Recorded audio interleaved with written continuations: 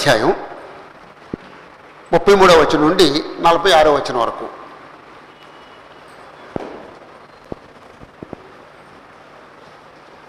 మత్తయి సువార్త 21:33 నుండి 46 వరకు ఉన్న ఉపమానాన్ని చదువుదాం.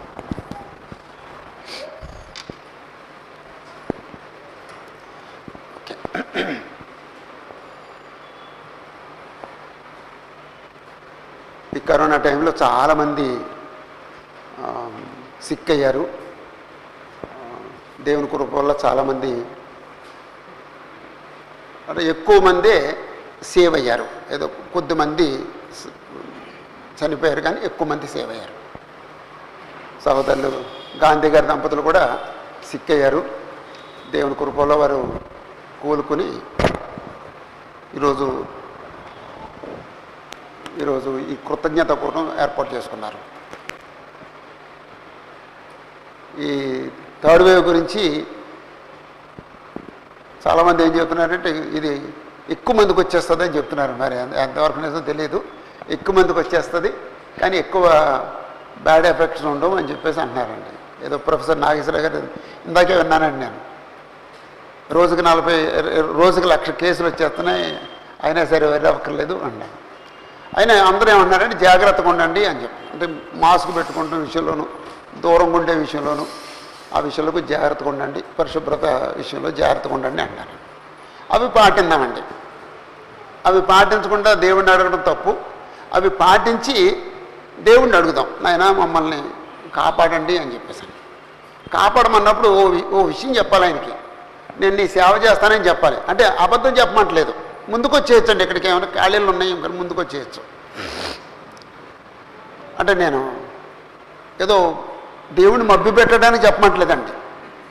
ఆయన్ని మభ్య పెట్టలేం, ఆయన్ని మభ్య పెట్టలేం. కానీ ఆయనతో యథార్థంగా మాట్లాడాలండి. నువ్వు బ్రతికించు, నీ సేవ చేస్తాను. హాస్పిటల్లో ఉన్న వాళ్ళందరూ ఏం ప్రార్థన చేస్తారండి? సిక్ అయ్యి హాస్పిటల్లో ఉన్నవాళ్ళు ఏం ప్రార్థన చేస్తారండి? హాస్పిటల్లో ఉన్నవాడు నన్ను బాగు చేయి, నేను నీ బిడ్డగా బ్రతుకుతాను అంటాడండి. వచ్చేసిన తర్వాత, బాగుపడిన తర్వాత, కొంచెం కాళ్ళు చేతులు బాగా ఆడిన తర్వాత ఏం చేస్తాడండి? మొత్తం మర్చిపోతాడండి. అది తప్పు. అలా కాకుండా రియల్గానే దేవుడితో చెప్పాలి, దానికి కట్టుబడి ఉండాలి. అలాగుంటే దేవుడు తప్పకుండా సహాయం చేస్తాడండి. ఏంటి నిన్ను ఎందుకు బాగు చేయాలి అని అడిగితే సమాధానం ఏంటండి? నేను బాగు చేయాలిరా అని అడిగితే దేవుడు మన సమాధానం ఏంటండి? నువ్వు బ్రతికించు, నీ సేవ చేస్తాను. నువ్వు బ్రతికించు, నీ కుమారుడిగా బ్రతుకుతాను. నువ్వు బ్రతికించు, నేను నీతి న్యాయాలను అనుసరిస్తాను. ఆయన దానికి కన్విన్స్ అయిపోతాడండి. అలాగా కోలుకున్న తర్వాత కృతజ్ఞత కూటంలో ఏర్పాటు చేసుకుంటాం, కృతజ్ఞత కలిగి జీవించటం, ఆయన చిత్తాన్ని వెతకటం, అది మన ధర్మం. ఓకే. మత్తయి సువార్త 21వ అధ్యాయం 33వ వచనం అండి. మీ బైబిల్లో మీరు ఆ ఉపమానానికి ఏం పేరు పెట్టుకున్నారండి అమ్మా? కాపు కాయువారిని గురించిన ఉపమానం.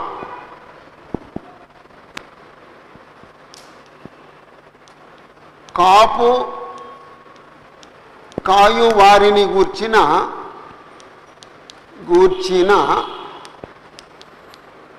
ఉపమానము.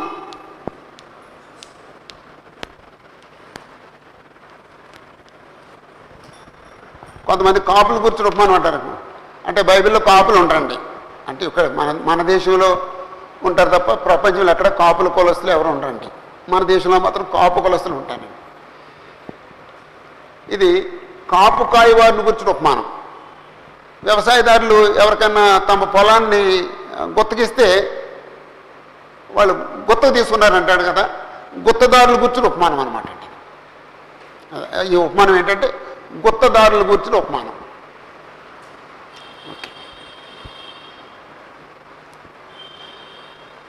మైకుందా?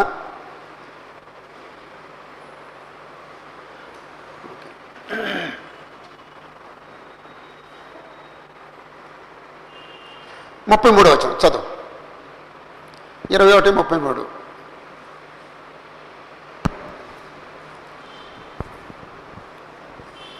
మరి యొక్క ఉపమానము వినుడి. ఇంటి యజమానుడు ఒకడు ఉండెను. అతడు ద్రాక్ష తోట నాటించి దాని చుట్టూ కంచె వేయించి అందులో ద్రాక్షల తొట్టి తొలిపించి గోపురము కట్టించి కాపులకు దాన్ని గుర్తుకిచ్చి దేశాంతరం పోయిను. ఒక్క నిమిషం ఆగుదామండి. ఒక యజమానుడు ఉన్నాడు, లేకపోతే ఒక యజమానుడు ఉన్నాడు. ఆయన ద్రాక్ష తోట నాటించాడు, చుట్టూ కంచె వేశాడు.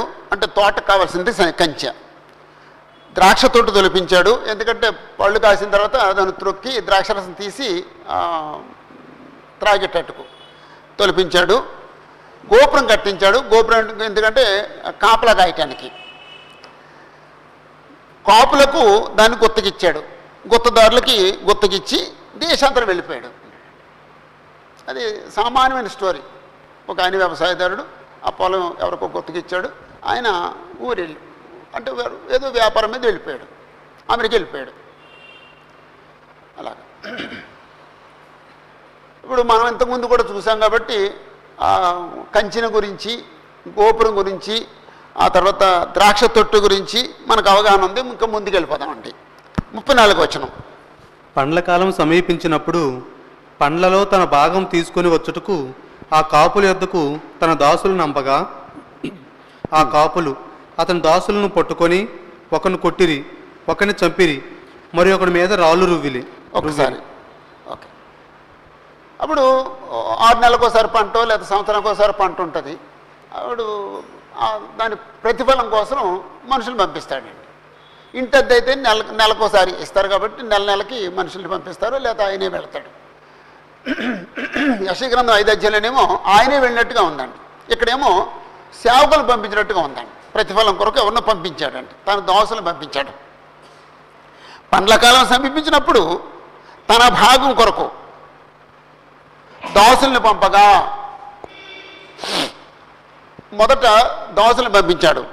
ఆ తర్వాత 36వ వచనంలో మరలా అతడు మునుపటి కంటే ఎక్కువ మంది ఇతర దాసులను పంపించాడు. అప్పుడు పని అవ్వలేదు. అప్పుడు 3వ దప్ప తుదకు నా కుమారుని సన్మానించుతాడు అనుకుని ఆయన కుమారుని పంపించాడు అన్నాడు. మూడు దఫాలుగా వెళ్ళేటట్టుగా కనపడుతుందంట. మొదటేమో దాసులు పంపించాడు, ఆ తర్వాత అంతకంటే ఎక్కువ మంది దాసులను పంపించాడు, ముఖ్యుల్ని పంపించాడు. ఆ తర్వాత ఒకవేళ నా కుమారుని సన్మానిస్తాడేమో అని కుమారుని పంపించాడు. ఓకే. ఇప్పుడు గుత్తగా ఇచ్చిన తర్వాత లేదా అద్దెకి ఇచ్చిన తర్వాత ప్రతిఫలాన్ని ఆశించడం రైటా తప్పండి? రైట్ అండి, తప్పు కాదండి. అది ధర్మం ఏమిటంటే నిర్ణయించుకున్న ప్రకారంగా, ప్రమాణం చేసుకున్న ప్రకారంగా, రాసుకున్న ప్రకారంగా ఆయనకి ఇవ్వాల్సిన ప్రతిఫలం ఆయనకి ఇచ్చేయటం ధర్మం. కానీ ఇక్కడ ప్రతిఫలం ఇవ్వలేదటండి. ఇప్పుడు మన దగ్గర మన వ్యవహారాల్లో చూస్తే ఇక్కడ ఎవరైనా పొలాన్ని గుత్తకిచ్చిన వాళ్ళు ఉన్నారండి, పొలాన్ని పాలకిచ్చిన వాళ్ళు ఉన్నారండి. ఎవరున్నా? నువ్వు అక్కడ ఉన్నావు, ఇంకెవరు లేరండి. బ్రదర్ మీరు మరి చెయ్యత్రేమండి? ఇచ్చారు, రైట్, కరెక్ట్గా ఇచ్చేసారండి. మీకు 2 బస్తాలు, 5 బస్తాలు, 10 బస్తాలు కరెక్ట్గా ఇచ్చేసారండి. ఏమండి? ఇవ్వలేదండి. నీ ఎప్పుడన్నా ఇచ్చేసారు కరెక్ట్గానా? అమ్మా ఇచ్చేసారా అంటున్నాను. ఇచ్చేశారు. పోనీ మీ వాడు మంచివాడు, మా వాడు మంచివాడు కాదు, ఇవ్వలేదండి. ఏమంటాడండి? నీళ్ళు ఎదురు వచ్చేసిందండి, వర్షాలు పడలేదండి, ఆ సమయానికి మీరు ఎరువులు ఇవ్వలేదండి, ఎరువులు మీరు ఇవ్వాలి, మీరు ఇవ్వలేదండి, తప్పు మీదండి, అంచేత పంట రాలేదండి, సారీ అండి ఇవ్వలేనండి అంటాడండి. ఏమో నేను కొంచెం కఠినండి. నేనేమంటానంటే నీకు పంట పండినా పండకపోయినా ఆయనకి ఇవ్వాల్సిన 10 బస్తాలు ఇచ్చేసేయాలి అంటాను నేనైతే. ఒకవేళ ఆయన బాబు మరి పండలేదు కదా, 5 వద్దులే 5, 10 వద్దులే 5 ఇవ్వు అని ఆయన అనొచ్చండి. లేకపోతే నేను తీసుకోను అని ఆయన అనొచ్చండి. అంతే తప్ప నాకు తగ్గించు, నేను 10 ఇవ్వలేను 5 ఇస్తాను, అది తప్పండి. అసలు మా నోటేమిటో ఆ మాట రాకూడదండి. కానీ ఆ యజమాని తగ్గిస్తే తగ్గించవచ్చు, అసలు నేను తీసుకోనంటే తీసుకోకుండా వచ్చు. ఆయన గొప్పతనం అది. కానీ ఇక్కడ బేరమాడకూడదండి. అది బేరమాడటం తప్పండి, ధర్మం కాదండి. రైట్.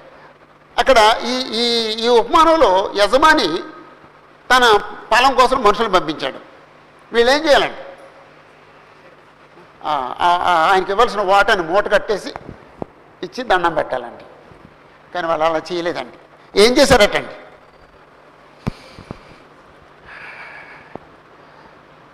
35వ వచనంలో ఆ కాపులు అతని దాసులను పట్టుకొని ఒకని కొట్టిరి, ఒకని చంపిరి, మరొకరి మీద రాళ్ళు రువ్విరి. ఒకరిని కొట్టారు, ఒకరిని చంపారు, ఒకరి మీద రాళ్ళు రువ్వారు అన్నారండి. అంచేత అంటే వీళ్ళు తిరుగుబాటు చేసే మనుషులు, యథార్థవంతులు కాదు. ఒకవేళ అక్కడ నేర్చుకోవాల్సిన నీతి ఏంటంటే, ఒకవేళ నేనే గుత్తదారుని అయితే, నేనే కాపు కాసేవాడిని అయితే అలా ప్రవర్తించకూడదు. నీతిగా ప్రవర్తించాలండి, న్యాయంగా ప్రవర్తించాలండి. అందుకే బైబిల్లో 15వ కీర్తనలో అన్న మాట ఏంటంటే, నష్టం కలిగినా సరే మాట తప్పడండి. దేవుని కుమారుడు నష్టం కలిగినా సరే మాట తప్పడండి. మాట తప్పడంటే దేవుని కుమారుడు కాడవాడు. అది నీతి. అప్పుడు యజమాని ఇంకో ప్రయత్నం చేశాడండి. సరే, వాళ్ళ ద్వారా నాకు రావాల్సిన వాటా పంపలేదు, వాళ్ళు ఎంతకంటే ఎక్కువ మందిని లేకపోతే ఎందుకంటే గొప్ప వాళ్ళని పంపిస్తే వాళ్ళు ఏమైనా సన్మానిస్తారేమో అని చెప్పేసి అని ఇంకో పని చేశాడు. మరలా అతడు మునుపటి కంటే ఎక్కువ మందిని ఇతర దోసులు పంపించాడు. అది రెండో ప్రయత్నం. అప్పుడు వాళ్ళు ఏం చేశారండి? వారికి ఆ ప్రకారమే చేశారండి. అంటే రాళ్ళు తీసుకొట్టడం, చంపటం, లేకపోతే ఇంకో మాట ఏమన్నాడు, చంపటం, రాళ్ళు రువ్వటం, కొట్టడం, అదే సేమ్ అదే అలాగే ప్రవర్తించారండి.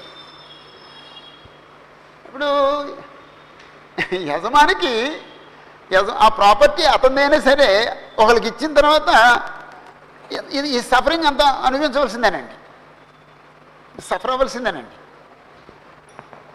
సరే, మళ్ళీ మూడో ప్రయత్నం చేశాడు. ఏమిటంటే, ఒకవేళ నా కొడుకునే ఏమైనా సన్మానిస్తారేమో, నా కొడుకు నా వారసుడు కదా, నా కొడుకునే ఏమైనా సన్మానిస్తారేమో అని మూడో దప్ప కొడుకుని పంపించాడటండి. తుదకు నా కుమారుడిని సన్మానించదురు అనుకుని తన కుమారుని వారి యొద్దకు పంపాను. కుమారుడు పంపిస్తే ఏం చేశారండి? ముందు వాళ్ళు మాట్లాడుకున్నారండి. అయినను ఆ కాపులు కుమారుని చూసి, ఇతడు వారసుడు, ఇతనిని చంపి అతని స్వాస్థ్యము తీసుకుందాం రండి అని తమలో తాము చెప్పుకొని అతన్ని పట్టుకుని ద్రాక్ష తోట వెలుపల పడవేసి చంపిరి. మూడో ప్రయత్నం కుమారుడు పంపిస్తే సన్మానించలేదు సరిగదా, చంపేశారండి. ఇలా చంపడానికి కారణం ఏంటంటే, అతడు వారసుడు, ఈయన చంపేస్తే దీన్ని తీసేసుకోవచ్చు అని ఒక దురాలోచన పుట్టిందండి వాళ్ళలో. అది ఎంత దారుణం అంటే, గుత్తకు తీసుకుని దాన్నే తీసేసుకోవాలనుకుంటాం. పూర్వం మనకు కూడా అలాంటిది అనేవారండి. ఒక అద్దెంట్లో ఉండి ఓ 13 సంవత్సరాలు ఉంటే ఆ ఇల్లు వాళ్ళదైపోద్దాయి అనేది ఏదో అన్నారు కదండి, అన్నారండి. ఏదో చట్టం చేశారండి. చట్టమా లేకపోతే చట్టం కాదు కదండి, చట్టం అండి అది. బ్రదరు ఎవరన్నా మాట్లాడండి, చట్టం అండి అది ఎవరు చేశారండి? అది ఎందుకు చేశారండి?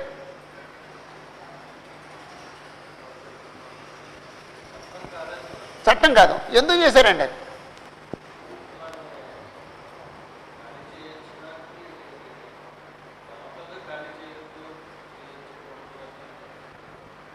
బలవంతంగా ఖాళీ చేయించొద్దంటానికి ఇది ఈ నియమం పెట్టారండి.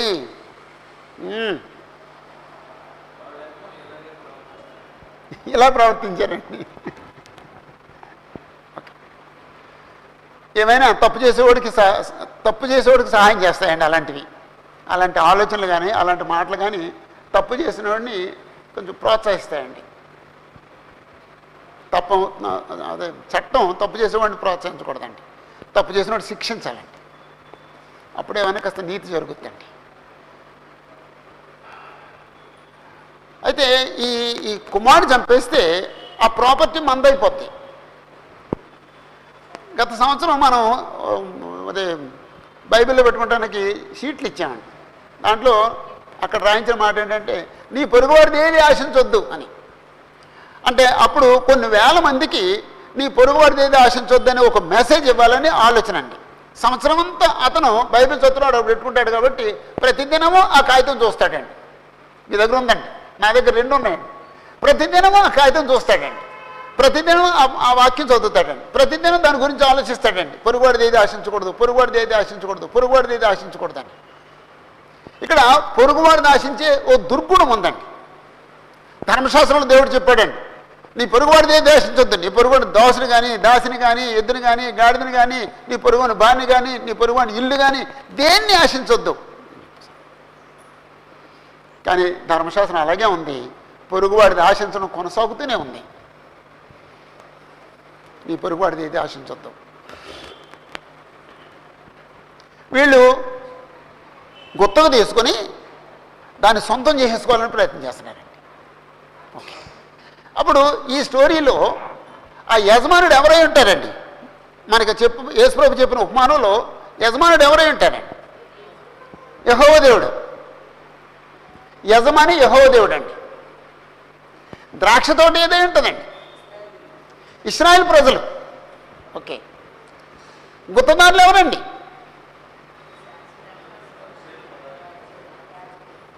అప్పుడున్న మత నాయకులండి. అక్కడ మత నాయకులు ఎవరంటే యాజకులు, శాస్త్రులు, పరిసయ్యులు వాళ్ళు. అంటే కిందకు వచ్చిన తర్వాత అది క్లియర్ అవుద్ది. ఫలం ఏంటండి? నీతి న్యాయం. అన్ని కాలాల్లో దేవుడని యెహోవా ఒకే ఫలం కోరుతున్నాడు, నీతి న్యాయం. ఆదాము దగ్గర నీతి న్యాయం కోరాడు, ఈరోజు మన దగ్గర నీతి న్యాయం కోరుతున్నాడు. యేసుప్రభు 2వ రాకడ వరకు ఎంతమంది ఈ లోకంలో పుడతారో అందరి దగ్గర కూడా నీతి న్యాయం కోరుతున్నాడండి. అందుకే మన ప్రార్థనలో నేను నీతిగా బ్రతకడానికి, న్యాయంగా బ్రతకడానికి సహాయం చేయి అని ప్రార్థన చేయాలండి.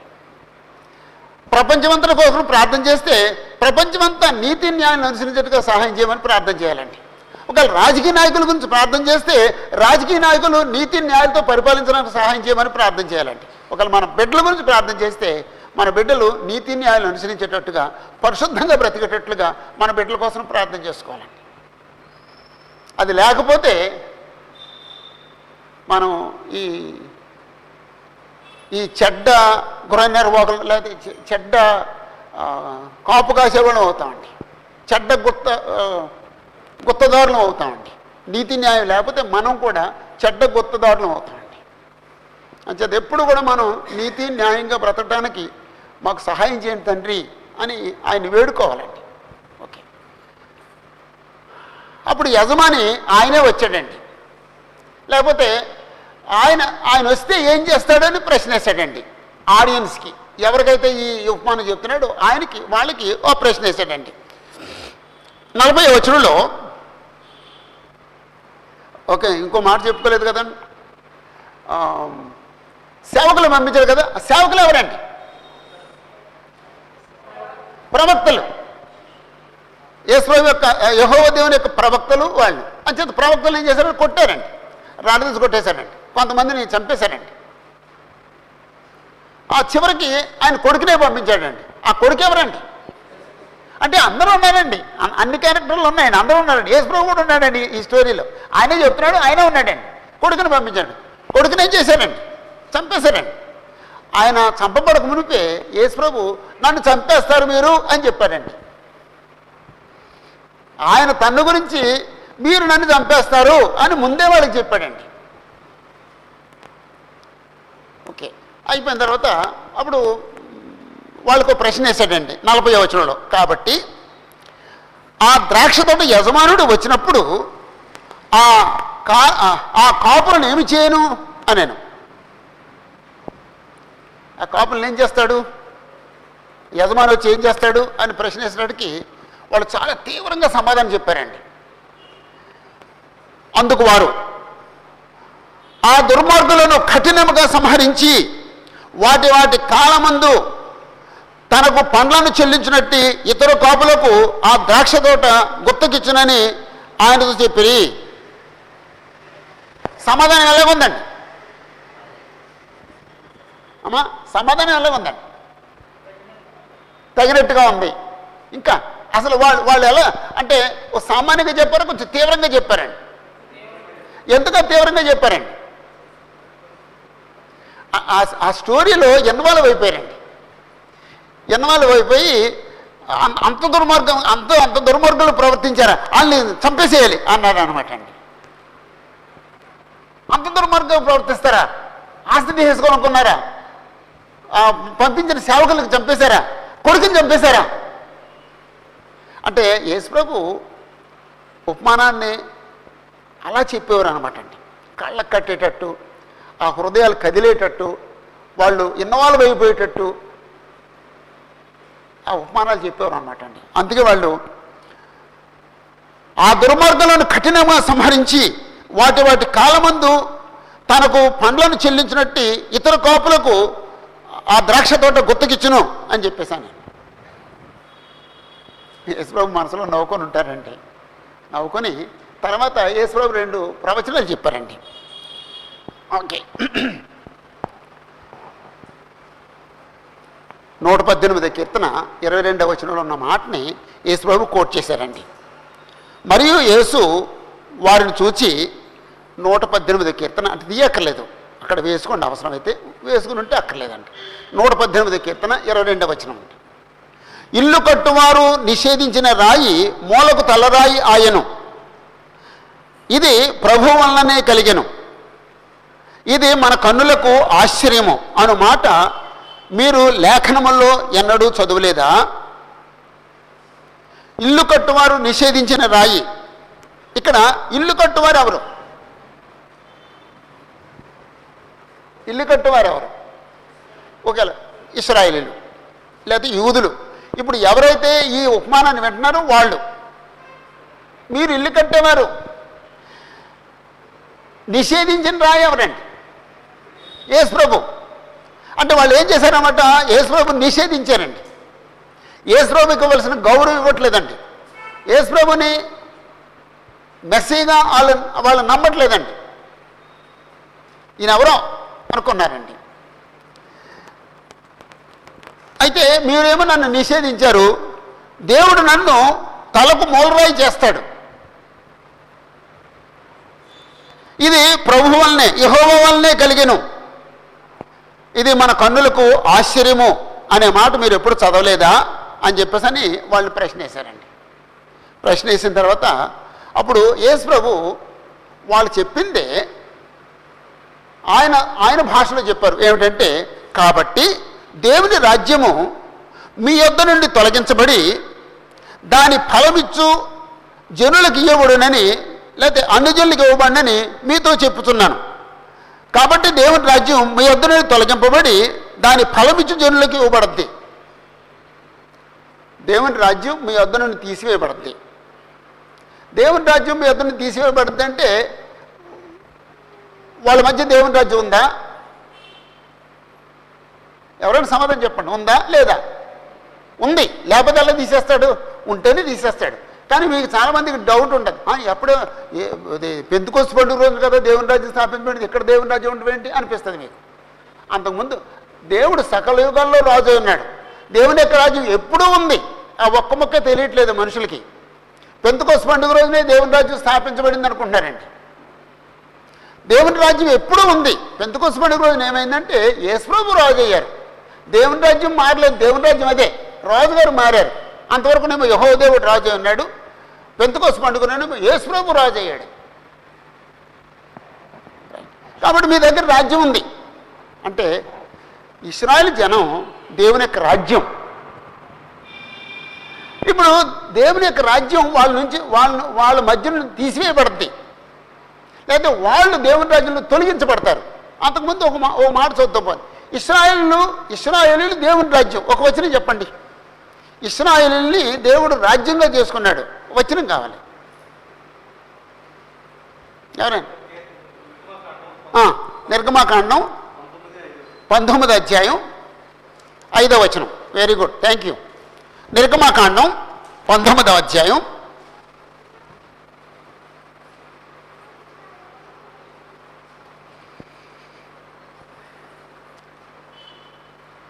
6వ వచనం, నిర్గమకాండం 19వ అధ్యాయం 6వ వచనం. దేవుడైన యెహోవా ఇశ్రాయేలుని ఐగుప్తు నుంచి విడుదల చేసిన తర్వాత సీనాయి దగ్గర తీసుకొచ్చిన తర్వాత సీనాయి దగ్గర వాళ్ళతో మాట్లాడుతున్నాడండి. ఏమంటున్నాడండి? సమస్త భూమి నాదే కదా, మీరు నాకు యాజక రూపకమైన రాజ్యముగాను పరిశుద్ధమైన జనముగాను ఉందిరని చెప్పుము. మీరు నాకు యాజక రూపమైన రాజ్యముగాను పరిశుద్ధమైన జనముగాను ఉందిరని చెప్పుము. యాజకత్వం కలిగిన రాజ్యం.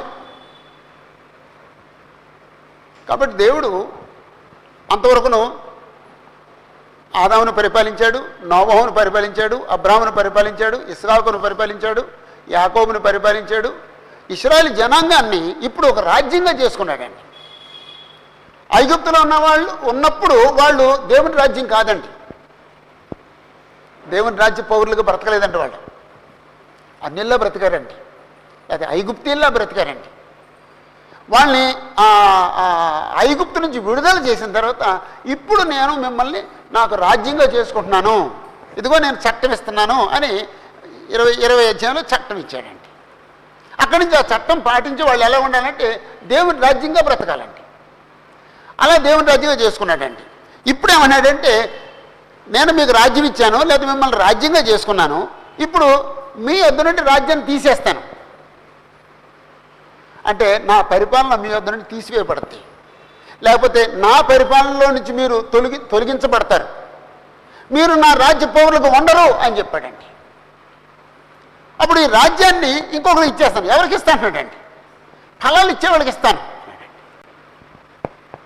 ఫలాలు ఇచ్చేవాళ్ళకి ఇస్తాను, మీరు ఫలాలు ఇవ్వలేదు.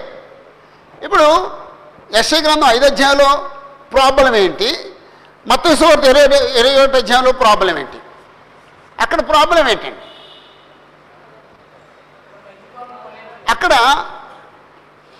అక్కడ మనుషులు ఫలాలే ఫలించలేదండి, కారు ద్రాక్షలు కాశారండి. ఇక్కడ ప్రాబ్లం ఏంటండి? ఇక్కడ ప్రాబ్లం ఏంటండి?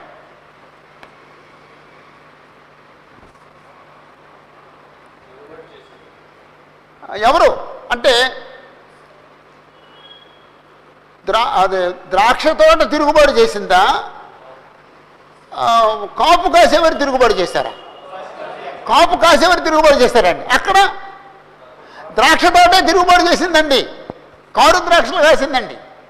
ఇక్కడ మనుషులేమో దేవుని కొరకు ఫలాలు ఫలించడం సిద్ధంగా ఉన్నారండి, కానీ నాయకత్వం లోపం అండి. ఇక్కడేమో 21వ అధ్యాయంలో నాయకత్వం ప్రాబ్లం అండి. నాయకులు వాళ్ళు ఫలించినట్టుగా వాళ్ళకి మాదిరి చూపించట్లేదండి, ఫలించాలని చెప్పట్లేదండి. ఎందుకంటే ప్రధాన యాజకుడే సాతాను సంబంధంగా బ్రతుకుతున్నాడండి, అక్కడున్న పెద్దలే సాతాను సంబంధంగా బ్రతుకుతున్నారండి. ఒకవేళ నాయకత్వం వహించగలిగిన పరిచయలే సాతాను సంబంధంగా బ్రతుకుతున్నారండి. అక్కడ వాక్యం బోధించవలసిన ఉపదేశకులు లేకపోతే శాస్త్రులు వాళ్ళు సాతాను సంబంధంగా బ్రతుకుతున్నారండి. అందుకే యేసుప్రభు శరీరంగా ఉన్నప్పుడు వీళ్ళందరినీ గద్దించాడండి. యాజకుల్ని గద్దించారు, పరిచయల్ని గద్దించారు, శాస్త్రుల్ని గద్దించారు, పెద్దల్ని గద్దించారండి. అందరూ పాడైపోయారండి. ఇక్కడేమో నాయకత్వం సమస్య అండి, అక్కడేమో తోట సమస్య అండి. ఇక్కడ ఫలించడం సిద్ధంగా ఉన్నారండి. ఇప్పుడు యేసుప్రభు శరీరంగా ఉన్నప్పుడు ఏదన్నా పని చేస్తే పరిచయలు ఎలా స్పందించారు, సామాన్య ప్రజలు ఎలా స్పందించారు? ఎవరైనా ఒకరు నాకు సమాధానం చెప్పండి, ప్రశ్న అర్థమైతే. సామాన్య ప్రజలు ఎలా స్పందించారు? ఆయన దేవుని కుమారుడు అని గ్రహించారండి. ఈ పరిచయలు శాస్త్రులు ఎలా స్పందించారండి? ఈయన దెయ్యముల అధిపతి అయిన బయల్జెబూలు వలన దెయ్యాన్ని వెళ్ళగొడుతున్నాడు అన్నారండి. అంటే మనకి మత్తయి 12వ అధ్యాయంలో ఈ విషయం కనపడుతుందండి. మత్తయి 12వ అధ్యాయంలో యేసుప్రభు గుడ్డివాడు మూగవాడైన దెయ్యం పట్టిన ఒక వ్యక్తిని స్వస్థపరిచారండి. యేసుప్రభు స్వస్థపరిస్తే పరిశీలన శాస్త్రులు ఏమన్నారండి? వీడు దెయ్యముల అధిపతి అయిన బయల్జెబూలు వలన దెయ్యాలు వెళ్ళగొడుతున్నాడు అన్నారండి. యేసుప్రభు దెయ్యాలను వెళ్ళగొట్టాడా? ఆ తర్వాత డిస్కషన్ అంతా నేను దెయ్యాల వల్ల వెళ్ళగొట్టలేదు అని చెప్పడానికి యేసుప్రభు ప్రయత్నం చేశారండి. సరే, అదే సందర్భంలో మరి సామాన్య ప్రజలు ఏమన్నారండి? ఈయన దావీదు కుమారుడు అన్నాడండి. అంటే సామాన్య ప్రజలేమో దేవుని యొక్క వాక్యాన్ని వినటానికి, దేవుని వాక్య ప్రకారంగా నడుచుకుంటానికి సంసిద్ధంగా ఉన్నారండి. కానీ సరిగ్గా నడిపించగలిగితే వాళ్ళు ఫలాలు ఫలిస్తారండి. ఇక్కడ ప్రాబ్లం ఏంటంటే నాయకులది ప్రాబ్లం అండి, తోటది ప్రాబ్లం కాదండి. 5వ అధ్యాయంలోనేమో తోటది ప్రాబ్లం. కారు ద్రాక్షలు కాసింది, బాప్తిసం ఇచ్చి యోహాను బాప్తిస్తున్నాడండి. సామాన్య ప్రజలు ఏం చేశారండి, లేదా అన్యులు ఏం చేశారండి? బాప్తిజం పొంది దేవుడు న్యాయవంతుడు, అమ్మా నువ్వు ఆ ముగ్గురిని ఇద్దరిని డిస్టర్బ్ చేస్తున్నావురా, నువ్వు కొంచెం వాక్యం విన్నావురా, నువ్వు ముందుకొచ్చి కూర్చో. Okay, thank you. ఇంకా కథలుద్దా? ఓకే. యోహాను బాప్తిస్తున్నాడు, సామాన్య ప్రజలు బాప్తిజం పొందారు, అన్యులు బాప్తిజం పొందారు. ఏమన్నారండి? దేవుడు న్యాయవంతుడు, మాకు కూడా రక్షణిస్తున్నాడు అని దేవుడు స్తుతించారండి. పరిశీలన శాస్త్రులు ఏం చేశారండి? తమ విషయమైన దేవుని సంకల్పమును నిరాకరించిరి. అదండి పరిస్థితి. అంచేత పరిశీలు శాస్త్రులు, పెద్దలు, యాజకులు వీళ్ళందరూ కూడా సాతాను సంబంధాలుగా బ్రతుకుతున్నారండి. దేవుడికి కానీ, ఆయన వాక్యానికి కానీ, ధర్మశాస్త్రానికి కానీ అస్సలు ప్రాధాన్యత ఇవ్వలేదండి. అంచేత రాజ్యం మీ అద్దరిని తీసివేయబడి ఫలాలు ఫలించేవాళ్ళకి, ఫలాలను ఇచ్చేవాళ్ళకి ఇవ్వబడద్ది అన్నాడండి. అప్పుడు ఎవరికి ఇచ్చాడండి? ఎవరికి ఇచ్చాడండి? అన్యులకి. ఎవరమ్మాళ్ళు ఎలాగుంటారండి? అమ్మా మనకిచ్చాడండి. అంటే ఈ ఉపమానంలో మనం ఉన్నామండి, మనకిచ్చాడండి. నువ్వు దేవుని రాజ్యంలో ఉన్నానా అని నువ్వు అనుకుంటే నువ్వేం చేయాలి? ఫలాలు ఫలించాలి. నేను దేవుని రాజ్యంలో ఉన్నాను అని నువ్వు అనుకుంటే, దేవుడు ఆ రాజ్యాన్ని నాకు ఇచ్చాడు అనుకుంటే నీతి న్యాయాన్ని ఫలించాలండి. ఒకవేళ ఫలించకపోతే నువ్వు ఆ రాజ్యంలో లేవు. మరే రాజ్యంలో ఉన్నావు? సాతాను రాజ్యంలో ఉన్నావు. నువ్వు నీతిగా బ్రతకపోతే నువ్వు దేవుని రాజ్యంలో లేవు. ఇంచేత మనకిచ్చాడండి, మన స్టోరీలో ఉన్నామండి. ఓకే, అప్పుడు వీళ్ళు గ్రహించారా, లేకపోతే ఏంటో చెప్తున్నాడు పిచ్చోడు అనుకున్నారా? గ్రహించారండి.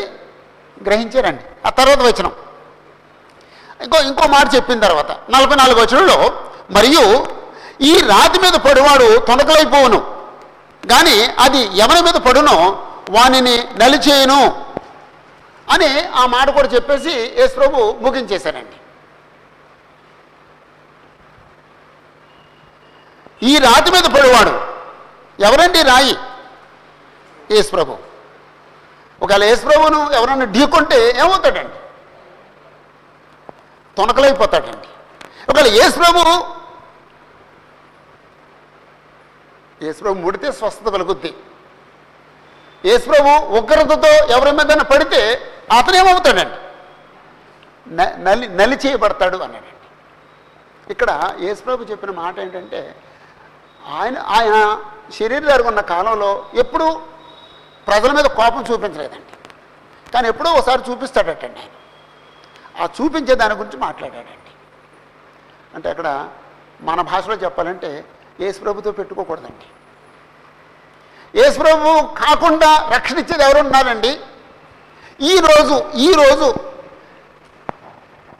యేసు ప్రభు కాకుండా యెహోవా దేవుడు మనకు రక్షణ ఇస్తాడండి. ఏమంటాడండి? నా కుమారుడి దగ్గరికి వెళ్ళు అంటాడండి. అపోస్తలుల 10వ అధ్యాయంలో కొర్నేలికి దేవుడు అని యెహోవా రక్షణ ఇచ్చాడండి, లేకపోతే యేసు ప్రభు ద్వారా యేసు ప్రభు నామం ప్రకటించబడేటట్టుగా పేతుని పిలిపించుకోమన్నాడండి. అంచేత దేవుడు కూడా ఈరోజు మనకు రక్షణ ఇవ్వడండి. యేసు ప్రభువే రక్షణిస్తాడండి. యేసు ప్రభు ద్వారా రక్షణ పొందవలసిందేనండి. యేసు ప్రభు రక్తంలో కడగబడి రక్షించబడవలసిందేనండి. అంటే క్రీస్తుకు వేరుగా దేవుడు ఇంకేమి చేయడండి, సమస్తాన్ని ఆయనకు అప్పగించేశాడండి. పరిశుద్ధాత్మ కూడా తనంతట తాను ఏమి చేయడండి, మరి ఎలా చేస్తాడటండి? యేసుప్రభు ఏం చెప్తే చేస్తారటండి, ఎందుకంటే యేసుప్రభు రాజు అయి ఉన్నారండి. పరిశుద్ధాత్మలు కూడా యేసుప్రభుకు వేరుగా యేసుప్రభు విరుద్ధంగా ఏమి చేయరండి. యేసుప్రభు ఏం చేయమంటే పరిశుద్ధాత్మ వచ్చి అది చేస్తారండి. అలాగండి. అంచేత నాతో పెట్టుకోవద్దు అన్నారండి. బైబిల్ ఎక్కడో మాట ఉందండి, యేసుప్రభుని ప్రేమించిన వాళ్ళు శపించబడతారు అనే మాట ఎక్కడో ఉందండి. ఎక్కడైనా ఎవరికైనా ఐడియా ఉందండి?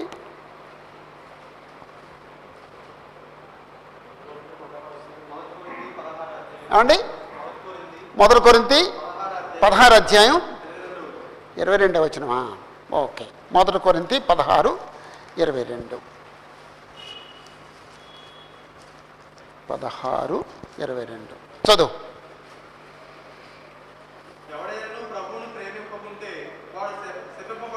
చాలండి. యేసుప్రభుని ప్రేమించకపోతే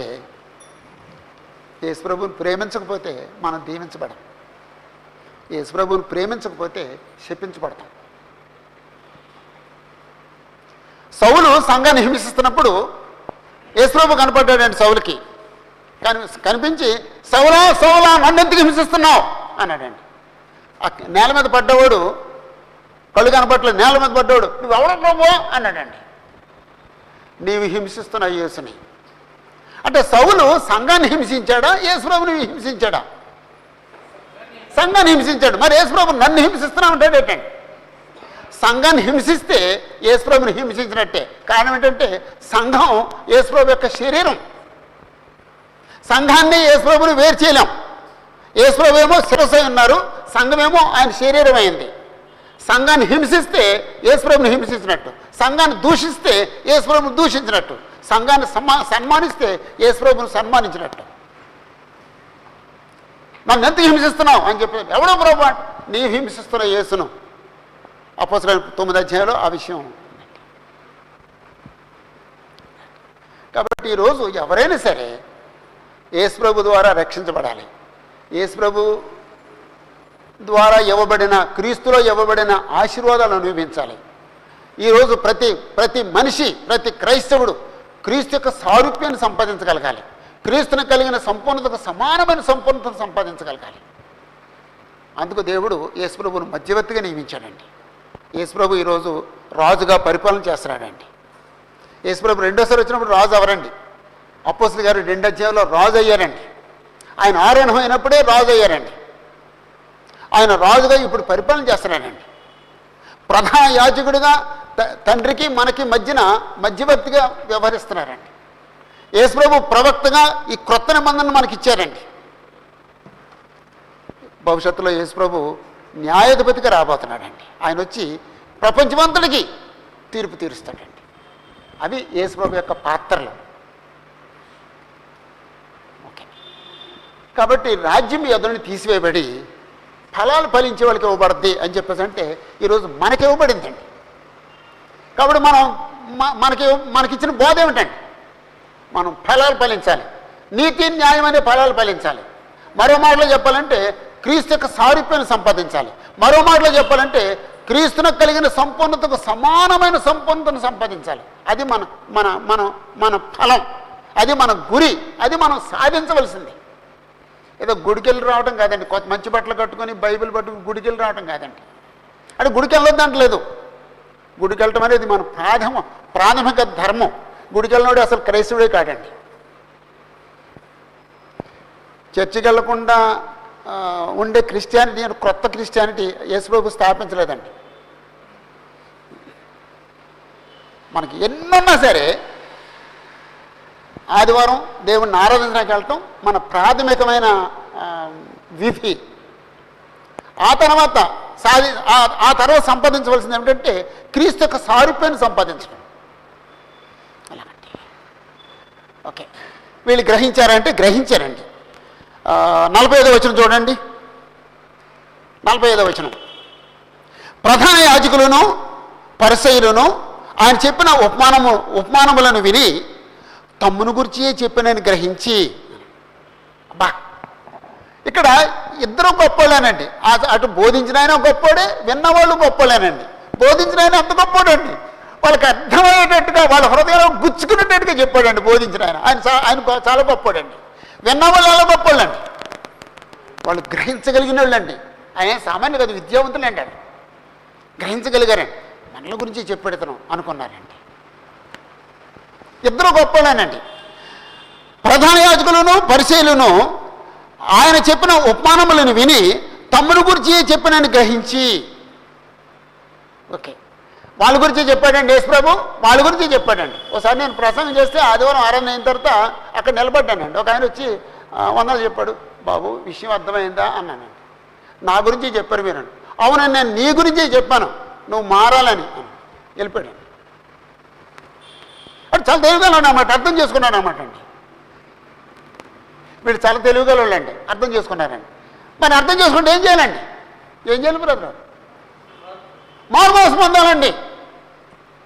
దేవుని యొక్క రాజ్యాన్ని పొందేటట్లుగా ప్రవర్తించాలండి. మా ప్రవర్తన సరిలేక దేవుని రాజ్యం మా దగ్గర తీసేస్తానన్నాడు. కాబట్టి దేవుని రాజ్యం మాకు ఉండేటట్టుగా మేము బ్రతకాలి అనుకోవాలండి, మారు మనసు పొందాలండి. కానీ వాళ్ళు మారు మనసు పొందలేదండి. వాళ్ళు ఏం చేశారు చూడండి. ఆయనను పట్టుకున్న సమయము చూస్తుండేది కానీ జనులందరూ ఆయనను ప్రవక్తని ఎంచిన గనుక వారికి భయపడి వాళ్ళే ప్రయత్నం చేశారండి. మారు మనసు పొందాలి, మారు మనసు పొందకుండా ఆయన పట్టుకుందాం, ఆయన చంపేద్దాం అనుకున్నారండి. ఈ కోపమే యేసుప్రభువును బంధించడానికి, యేసుప్రభువును హింసించడానికి, యేసుప్రభువును సిలువేయడానికి ఉపయోగపడింది. యేసుప్రభు ఉపమానం చెప్పి శత్రువులకి ఇంకా కోపం పెంచేటట్టుగా చేసుకున్నాడండి.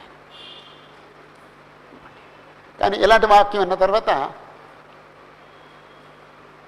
యథార్థమైన హృదయం కలిగిన వారైతే మారుమనసు పొంది రాజ్యాన్ని కోల్పోకుండా రాజ్యాన్ని కాపాడుకుంటారండి. ఒకవేళ దేవునికి అవిధేయులైతే రాజ్యాన్ని కోల్పోయేటట్టుగా ప్రవర్తిస్తారండి. ఇంకా నీచంగా ప్రవర్తిస్తారండి. ఇప్పటికే వాళ్ళు నీచంగా ప్రవర్తిస్తున్నారు, ఇంకెంత నీచంగా ప్రవర్తించారంటే నీతిమంతుడైన యేసుప్రభువును చంపేయడానికి ప్రయత్నం చేశారండి. ఎలా పట్టుకుందామా, ఎప్పుడు పట్టుకుందామా, ఎక్కడ సమయం దొరుకుద్దా అని ఆలోచించేశారండి. ఓకే, ముగించేస్తున్నానండి.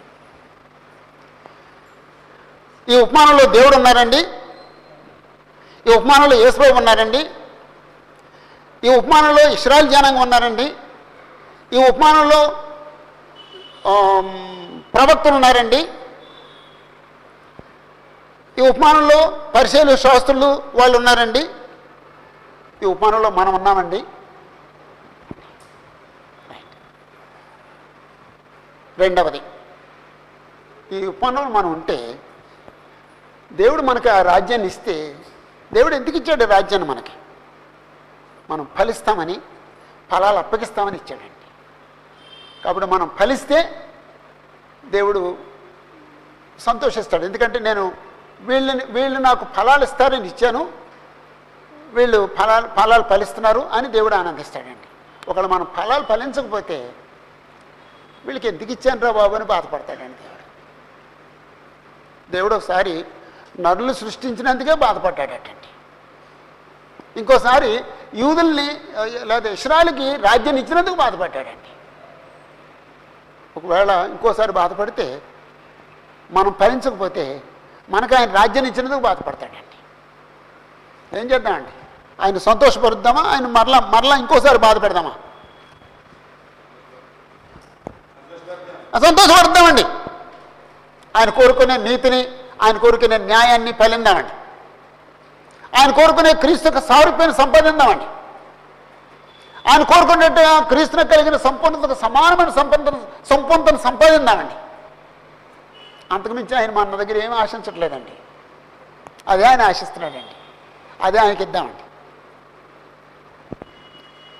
అందరికీ వందనాలండి.